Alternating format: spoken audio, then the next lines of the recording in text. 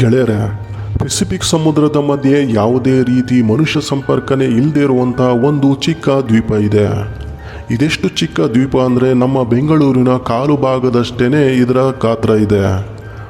ಸುಮಾರು 300 ವರ್ಷಗಳ ಹಿಂದೆವರೆಗೂ ಇದು ಯಾವುದೇ ರೀತಿ ಮನುಷ್ಯ ಸಂಪರ್ಕನೇ ಇರದಿರ ಐಸೋಲೇಟೆಡ್ ಆಗಿ ಇತ್ತು. ಇದೆಷ್ಟು ಐಸೋಲೇಟೆಡ್ ದ್ವೀಪ ಅಂದರೆ ಇದರ ಸುತ್ತಮುತ್ತ ಸಾವಿರಾರು ಕಿಲೋಮೀಟರ್ವರೆಗೂ ಯಾವುದೇ ಭೂಪ್ರದೇಶ ಕೂಡ ಇಲ್ಲ. ಇಂಥ ದ್ವೀಪದಲ್ಲಿ ಈ ರೀತಿಯ ವಿಗ್ರಹಗಳನ್ನು ಯಾರು ಮಾಡಿದ್ರು? ಬನ್ನಿ ತಿಳ್ಕೊಳ್ಳೋಣ ಈಸ್ಟರ್ ಐಲ್ಯಾಂಡ್ ಬಗೆಗಿನ ಕೆಲವೊಂದು ಇಂಟ್ರೆಸ್ಟಿಂಗ್ ವಿಷಯಗಳನ್ನು.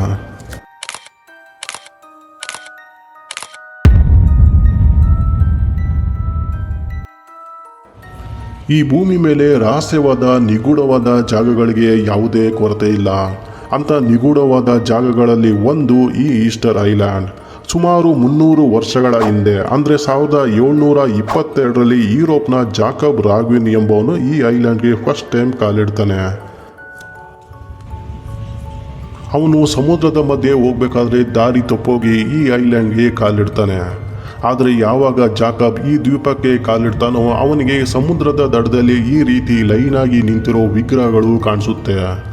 ಇದರಲ್ಲಿ ಒಂದಷ್ಟು ವಿಗ್ರಹಗಳು 10 ಅಡಿ ಎತ್ತರ ಇದ್ದರೆ ಇನ್ನೊಂದಷ್ಟು ವಿಗ್ರಹಗಳು 30 ಅಡಿಗಿಂತಲೂ ಎತ್ತರ ಇರುತ್ತೆ. ಮನುಷ್ಯರೇ ಇಲ್ಲದೆ ಇರುವಂಥ ಈ ದ್ವೀಪದಲ್ಲಿ ಈ ವಿಗ್ರಹಗಳನ್ನು ಯಾರಪ್ಪ ಮಾಡಿರ್ತಾರೆ ಅಂತ ಅಡಿಗಿಂದ ಇಳಿದ ಜಾಕಬ್ ದ್ವೀಪದ ಒಳಗೆಲ್ಲ ಓಡಾಡ್ತಾನೆ. ಆಗ ಅವನಿಗೆ ಈ ಥರದ ವಿಗ್ರಹಗಳು ಆ ದ್ವೀಪದ ಒಳಗೆಲ್ಲ ನೂರಾರು ಸಂಖ್ಯೆಯಲ್ಲಿ ಸಿಗುತ್ತೆ.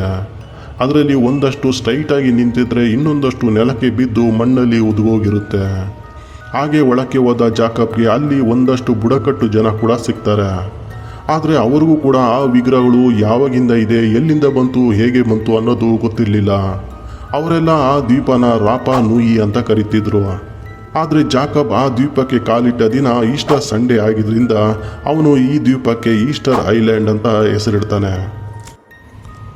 ಈ ಈಸ್ಟರ್ ಐಲ್ಯಾಂಡ್ ಈಗಿನ ಕಾಲಕ್ಕೆ ಸೌತ್ ಅಮೇರಿಕಾದ ಚಿಲಿ ದೇಶಕ್ಕೆ ಸೇರುತ್ತೆ. ಆದರೆ ಚಿಲಿಯಿಂದ ಈ ದ್ವೀಪಕ್ಕೆ 3512 ಕಿಲೋಮೀಟರ್ ದೂರ ಇದೆ ಅಂದರೆ ನೀವು ನಂಬ್ತೀರಾ? ಅಷ್ಟು ದೂರ ಇರೋ ದ್ವೀಪಕ್ಕೆ ವಿಮಾನಗಳಲ್ಲಿ ಹೋಗೋದು ಬಿಟ್ಟರೆ ಬೇರೆ ಯಾವುದೇ ದಾರಿ ಇಲ್ಲ.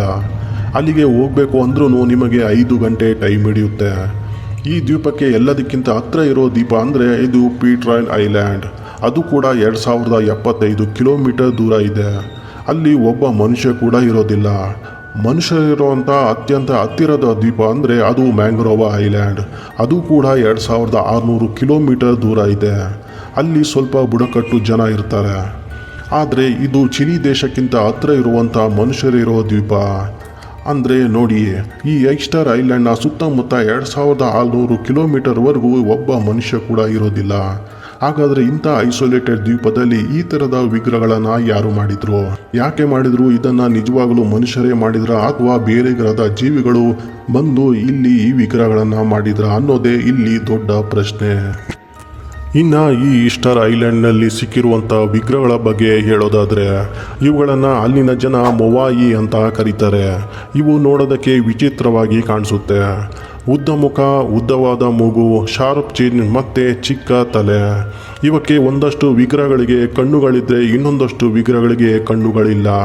ಇಲ್ಲಿ ಸಿಕ್ಕಿದ್ದು ಕರೆಕ್ಟಾಗಿ 1000 ವಿಗ್ರಹಗಳು. ಎಲ್ಲದರ ಮುಖಗಳು ಒಂದೇ ಥರ ಕಾಣೋ ಹಾಗೆ ಕೆತ್ತನೆ ಮಾಡೋಕ್ಕೆ ಪ್ರಯತ್ನ ಮಾಡಿದ್ದಾರೆ. ಇದನ್ನು 13ನೇ ಶತಮಾನದಲ್ಲಿ ಕೆತ್ತಿರ್ಬೋದು ಅಂತ ಅಂದಾಜು ಮಾಡಿದ್ದಾರೆ. ಈ ವಿಗ್ರಹಗಳಲ್ಲಿ ಎಲ್ಲದಕ್ಕಿಂತ ಎತ್ತರವಾದ ವಿಗ್ರಹದ ಎತ್ತರ 33 ಅಡಿ. ಇದರ ತೂಕ 90,000 kg. ಇದನ್ನು ಎತ್ತೋದಿರಲಿ, ಅಲ್ಲಾಡ್ಸೋಕ್ಕೂ 500 ಜನ ಆದರೂ ಬೇಕಾಗುತ್ತೆ. ರಿಸರ್ಚ್ ಟೀಮ್ಗೆ ಒಂದು ಇನ್ಕಂಪ್ಲೀಟ್ ಆಗಿರೋ ವಿಗ್ರಹ ಕೂಡ ಸಿಗುತ್ತೆ. ಇದೇನಾದರೂ ಪೂರ್ತಿ ಕೆತ್ತನೆ ಮಾಡಿದರೆ ಇದು ಎಲ್ಲದಕ್ಕಿಂತ ಎತ್ತರ ವಿಗ್ರಹ ಆಗ್ತಿತ್ತು. ಇದರ ಹೈಟ್ ಸುಮಾರು 70 ಅಡಿ ಇದೆ. ಯಾವಾಗ ಅರ್ಧಂಬರ್ಧ ಕೆತ್ತಿರೋ ವಿಗ್ರಹಗಳು ಇಲ್ಲಿ ಸಿಕ್ಕಿದ್ವೋ ಆಗ್ಲೇ ಈ ವಿಗ್ರಹಗಳನ್ನು ಇದೇ ದ್ವೀಪದಲ್ಲಿ ಕೆತ್ತಿರೋದು ಅಂತ ಕನ್ಫರ್ಮ್ ಆಗುತ್ತೆ. ಈ ದ್ವೀಪದ ಮಧ್ಯೆ ಒಂದು ಜ್ವಾಲಾಮುಖಿ ಸ್ಫೋಟ ಆಗಿರೋ ಬಗ್ಗೆ ಗೊತ್ತಾಗುತ್ತೆ. ಅದರಿಂದ ಉಂಟಾಗಿರೋ ಬಂಡೆ ಕಲ್ಲುಗಳಿಂದಲೇ ಈ ವಿಗ್ರಹಗಳನ್ನು ಕೆತ್ತಿದ್ದಾರೆ. ಮೊದಲು ತಲೆಭಾಗನ ಮಾತ್ರ ಕೆತ್ತನೆ ಮಾಡಿ ಆಮೇಲೆ ಇಡೀ ದೇಹನ ಕೆತ್ತನೆ ಮಾಡೋಕ್ಕೆ ಬಂಡೆ ಕಲ್ಲಿಂದ ಸಪ್ರೇಟ್ ಮಾಡಿ ಆಮೇಲೆ ಪೂರ್ತಿ ಕೆತ್ತಿದ್ದಾರೆ ಅಂತ ಗೊತ್ತಾಗುತ್ತೆ.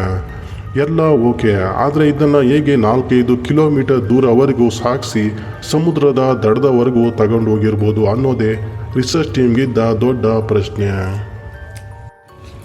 ಯಾಕಂದರೆ ಒಂದೊಂದು ವಿಗ್ರಹಗಳು ಏನಿಲ್ಲ ಅಂದರೂ 14 ಆನೆಗಳಷ್ಟು ತೂಕ ಇದೆ. ಈಗಿನ ಮಾಡರ್ನ್ ಮಷೀನ್ಗಳಿಂದಲೂ ಕೂಡ ಅಷ್ಟು ತೂಕದ ವಸ್ತುಗಳನ್ನು ಅಷ್ಟು ದೂರ ಸಾಗಿಸೋದು ಇಂಪಾಸಿಬಲ್. ಇದನ್ನು ಕಂಡುಹಿಡಿಯೋಕ್ಕೆ ರಿಸರ್ಚ್ ಟೀಮ್ಗಳು ಟ್ರೈ ಮಾಡುತ್ತೆ.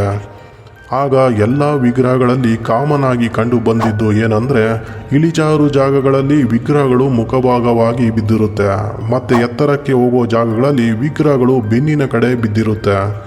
ಇದರಿಂದ ಅವರಿಗೆ ಗೊತ್ತಾಗಿದ್ದೇನಪ್ಪ ಅಂದರೆ, ಈ ವಿಗ್ರಹಗಳನ್ನು ಸಾಗಿಸುವಾಗ ಸ್ಟ್ಯಾಂಡಿಂಗ್ನಲ್ಲೇ ಇಟ್ಟು ಸಾಗಿಸಿದ್ದಾರೆ ಅನ್ನೋದು. ಆಮೇಲೆ ರಿಸರ್ಚ್ ಟೀಮ್ಗಳು ಒಂದು ಕಾಂಕ್ರೀಟ್ ವಿಗ್ರಹವನ್ನು ಮಾಡಿ ಅದನ್ನು ತಲೆಗೆ ಈ ರೀತಿ ಹಗ್ಗವನ್ನು ಕಟ್ಟಿ ಆ ಕಡೆಯಿಂದ ಈ ಕಡೆಗೆ ಈ ಕಡೆಯಿಂದ ಆ ಕಡೆಗೆ ಎಳೆದು ನೋಡ್ತಾರೆ. ಆಗ ಆ ವಿಗ್ರಹಗಳು ಸ್ವಲ್ಪವೇ ಮುಂದಕ್ಕೆ ಸಾಗೋಕೆ ಶುರುವಾಗುತ್ತೆ.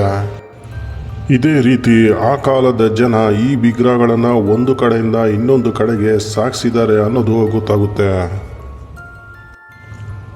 ಒಂದು ರಿಸರ್ಚ್ನ ಪ್ರಕಾರ 1000 ವರ್ಷಗಳ ಹಿಂದೆ ಪಾಲಿನೇಷಿಯನ್ ಅನ್ನೋ ಜನಾಂಗದವರು ಇಲ್ಲಿ ವಾಸವಾಗಿದ್ದರು. ಇಲ್ಲಿ ಐಲ್ಯಾಂಡ್ ತುಂಬ ಅರಣ್ಯದಿಂದ ತುಂಬಿತ್ತು. ಆದರೆ ಕಾಲಕ್ರಮೇಣ ಕೃಷಿ ಚಟುವಟಿಕೆ ಮತ್ತು ವಿಗ್ರಹಗಳನ್ನು ಮಾಡೋಕೆ ಅರಣ್ಯನಾಶ ಹೆಚ್ಚಾಗುತ್ತೆ. ಹೀಗೆ ಅರಣ್ಯನಾಶ ಮಾಡ್ತಾ ಇಡೀ ದ್ವೀಪದ ಈಕೋಸಿಸ್ಟಮ್ ಹಾಳಾಗಿ ಹೋಗುತ್ತೆ. ಜೊತೆಗೆ ಇಲ್ಲಿನ ಜನರಿಗೆ ಒಳಜಗಳಗಳಿಂದ ತಮ್ಮ ಪ್ರಾಣನ ಕಾಪಾಡ್ಕೊಳ್ಳೋಕ್ಕೆ ಈ ದ್ವೀಪದಿಂದ ಓಡಿ ಹೋಗಬೇಕಾಗುತ್ತೆ. ಈ ದ್ವೀಪ 106 ವರ್ಷಗಳವರೆಗೂ ಖಾಲಿಯಾಗಿ ಉಳ್ಕೊಳ್ಳುತ್ತೆ. ಇವತ್ತಿಗೆ ಈ ಐಲ್ಯಾಂಡ್ ಯುನೆಸ್ಕೋನ ವರ್ಲ್ಡ್ ಹೆರಿಟೇಜ್ ಸೆಂಟರ್ ಆಗಿದೆ. ಇಲ್ಲಿರೋ ದೊಡ್ಡ ದೊಡ್ಡ ವಿಗ್ರಹಗಳನ್ನು ನೋಡಿದರೆ ಇದನ್ನು ನಿಜವಾಗ್ಲೂ ಮನುಷ್ಯರೇ ಮಾಡಿದಾರಾ ಅಂತ ಅನಿಸುತ್ತೆ. ಇದನ್ನು ಯಾಕೆ ಮಾಡಿದ್ರು, ಇದರ ಉದ್ದೇಶ ಏನಾಗಿತ್ತು ಅನ್ನೋದು ಇವತ್ತಿಗೂ ನಿಗೂಢವಾಗಿ ಉಳಿದಿದೆ. ಇದರ ಬಗ್ಗೆ ನಿಮ್ಗೇನು ಅನಿಸುತ್ತೆ ಕಮೆಂಟ್ಸ್ನಲ್ಲಿ ತಿಳಿಸಿ. ಮತ್ತೊಂದು ಇಂಟ್ರೆಸ್ಟಿಂಗ್ ವಿಡಿಯೋದಲ್ಲಿ ಮತ್ತೊಮ್ಮೆ ಸಿಗೋಣ. ಅಲ್ಲಿವರೆಗೂ ನಮಸ್ಕಾರ. ಜೈ ಹಿಂದ್, ಜೈ ಕರ್ನಾಟಕ.